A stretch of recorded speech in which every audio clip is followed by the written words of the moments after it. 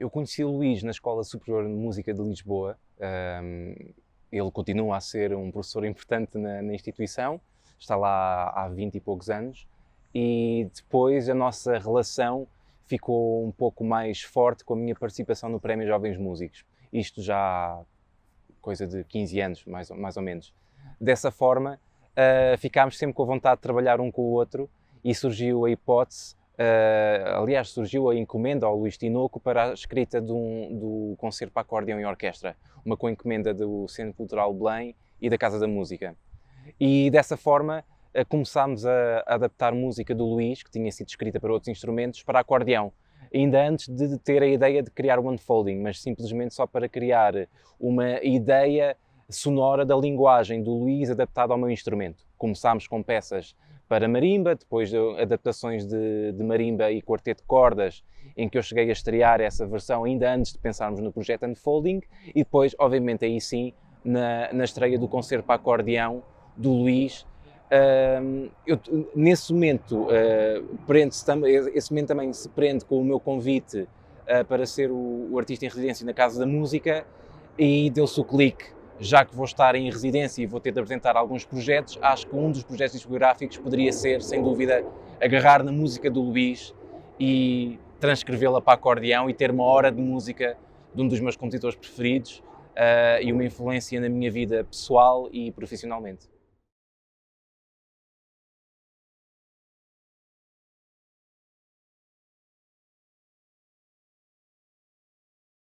Tantos, para já porque o Luís tem um sentido de humor muito vincado e apesar de ser uma pessoa que leva o seu ofício muito a sério, com uma preparação inacreditável, houve sempre muita abertura para alguns momentos em que a transcrição ou alguma forma de tocar a sua música não lhe convinha assim tão bem. E lembro-me de alguns momentos em que tivemos de ver algumas soluções, para já porque duas das peças, Mind the Gap e Ends Meet, são peças para um instrumento de percussão, ou seja, onde o ataque e a escrita a priori do Luís é praticamente o contrário do instrumento que é o meu acordeão, um aerofone, em que o ataque é um pouco mais sustentado, não tão agressivo. Então existiram alguns momentos em que ficámos até na dúvida se partes, por exemplo, de Mind the Gap serviriam o propósito ou não. Felizmente conseguimos resolver essas situações e eu diria que o processo de transcrição das peças que não o concerto para acordeão e orquestra foram sim os momentos que mais dores de cabeça nos deram.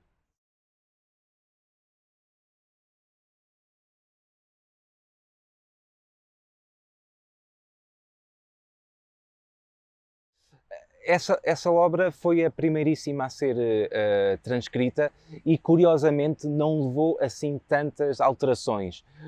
Nessa peça, para quem ouvir o álbum, e se comparar, por exemplo, com outras gravações que estão disponíveis na internet, a principal diferença será a orquestração dentro do texto da marimba, neste caso, dentro do texto do acordeão. Muito menos assertivo nos ataques, muito mais, eu diria, mais doce no segundo e terceiros andamentos, mas, por exemplo, comparando com a peça Mind the Gap, a solução que encontramos foi realmente ir mais perto para uma adaptação pianística, como se aquela peça fosse adaptada para piano. Também tivemos muita atenção para que o texto, a escrita do Luís, não fosse facilitada para um novo instrumento. Aliás, o Mind the Gap até ganhou novos contornos virtuosísticos para o instrumento que eu toco, o acordeão, em pares diferentes desse contorno virtuosístico que tem para a marimba, por exemplo. Então, o Mind the Gap hoje em dia, esta versão para acordeão, parece que até foi escrita originalmente para acordeão, se alguém a ouvir pela primeira vez no nosso CD.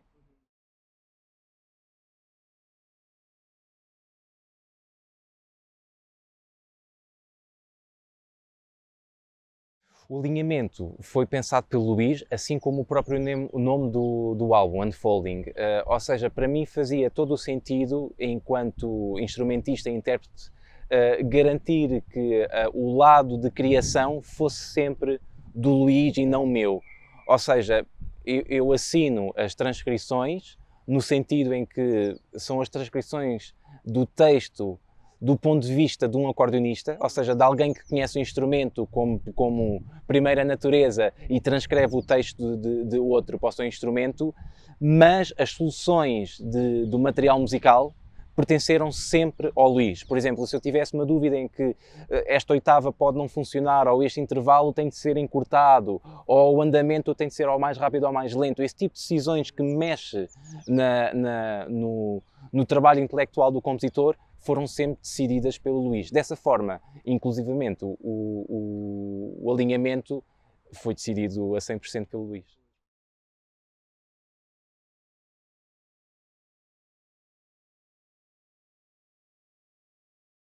Ora, o Luís escolheu exatamente por isso, de uma espécie de ir revelando a música que já existe a priori num novo instrumento, ou seja, é curioso porque a música do Luís Tinoco, apesar do material musical ser belíssimo, é impossível separá-la do timbre. Portanto, agarrar na música do Luís e simplesmente adaptá-la a outro instrumento só porque sim, não seria um processo rápido.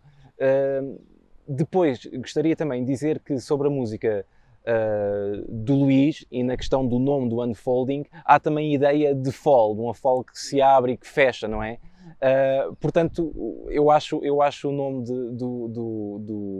do álbum bem conseguido dentro da obra do Luís, não é? Ou seja, a música que se revela, mas ao mesmo tempo revela-se através de um fall também que se vai apresentando aos ouvintes. Não, de todo. Ou seja, nas liner notes que foram escritas por outro compositor que admiro bastante, o Carlos Azevedo, e é um grande amigo nosso e um apreciador também da música do Luís e nós da música dele.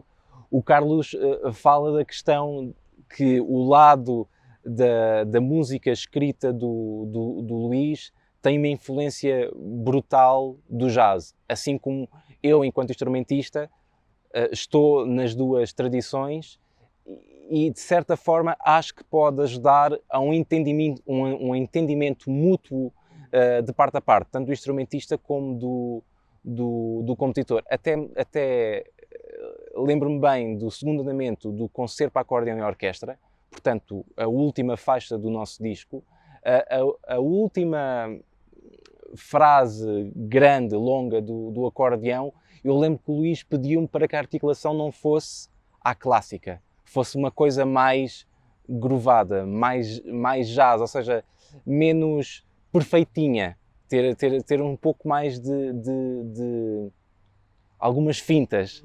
E eu acho que, ou seja, nós não podemos.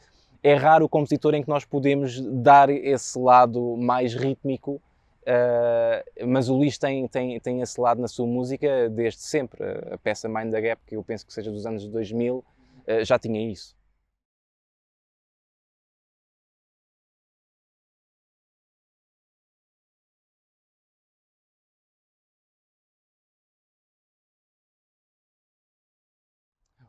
É uma excelente pergunta, porque se a pergunta fosse em relação à música clássica e a tradição escrita até ao século XX, ao século XIX, eu diria que tem pouca influência, mas na música do século XXI, eu diria que, ou seja, na música que nós chamamos contemporânea, dos compositores de agora, eu diria que sinto que consigo trazer coisas desses dois pontos. Por exemplo, a música do Luís é uma música que harmonicamente tem muito material que eu usaria numa improvisação e de certa forma é-me fácil arranjar cores como instrumentista e intérprete para aquela estética.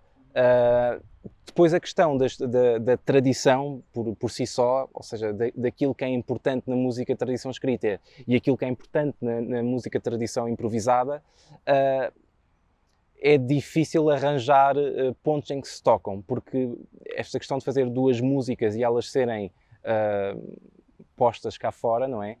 Partilhadas, muitas vezes tem mais a ver com o meio da música do que propriamente a música em si, não é? As músicas não se tocam, mas como a pergunta foi tão bem feita, sou obrigado a responder que na música contemporânea eu acho que há coisas que me ajudam as duas tradições.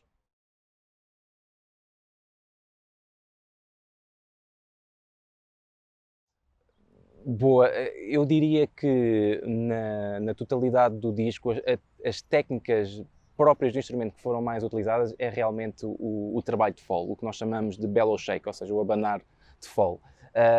Desde a primeira faixa até à última, ou seja, começando com as peças a solo até ao concerto para acordeão, acho que se passa por todo o tipo de bellow shake que nós acordeonistas utilizamos, desde o bellow shake normal, portanto abrir e fechar o fole, desde o bellow shake cortado, que é abrir e fechar o fole, mas com uma pequena levantar do teclado da mão direita ou da esquerda, a técnicas de ricochete a várias divisões, a 3, a 4.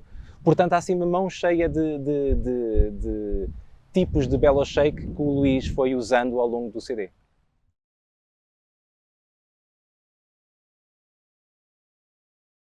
Eu tenho que ser muito sincero, não acho que o acordeão seja um instrumento subvalorizado. Uh,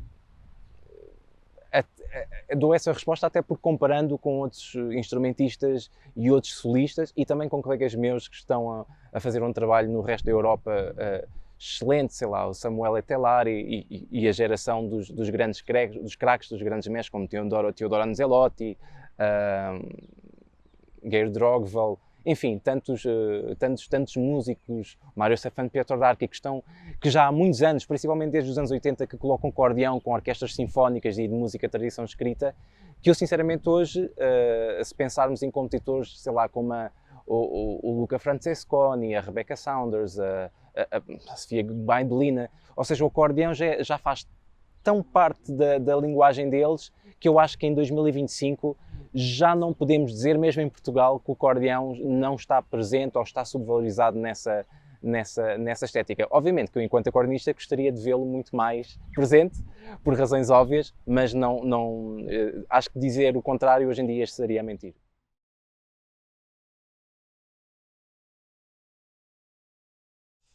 Bem, o álbum está cá fora há coisa de uma semana e pouco e temos sido muito acarinhados, mimados até, pela resposta tanto do público como da própria crítica escrita, como da própria presença nos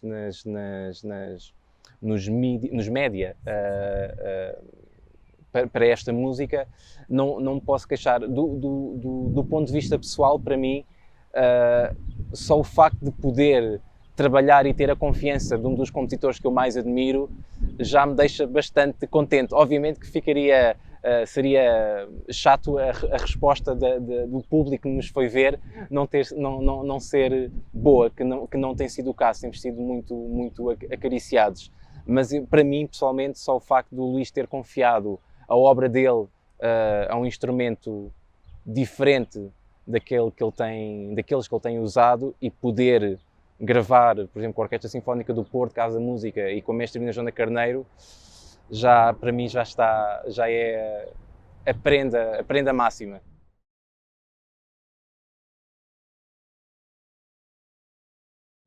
Abre principalmente porque já temos 2 datas confirmadas. Uma delas já posso revelar, será na Alemanha, no Festival de Lausitz, ainda esta temporada, em que tocarei música do Luís a solo, e outra que já está confirmada, mas não posso revelar, também na Europa, para o concerto para acordeão e orquestra do Luís. Basicamente continuar o que já foi feito com o concerto. Tocámos em Londres com a Filarmónica de Inglaterra, estreámos aqui no Centro Cultural de Belém com a Metropolitana, no Porto com a Sinfónica do Porto, Casa da Música, e portanto em 2026 vamos continuar com ele na Europa, o que me deixa bastante feliz. João, muito obrigado. Obrigado eu, uma vez mais.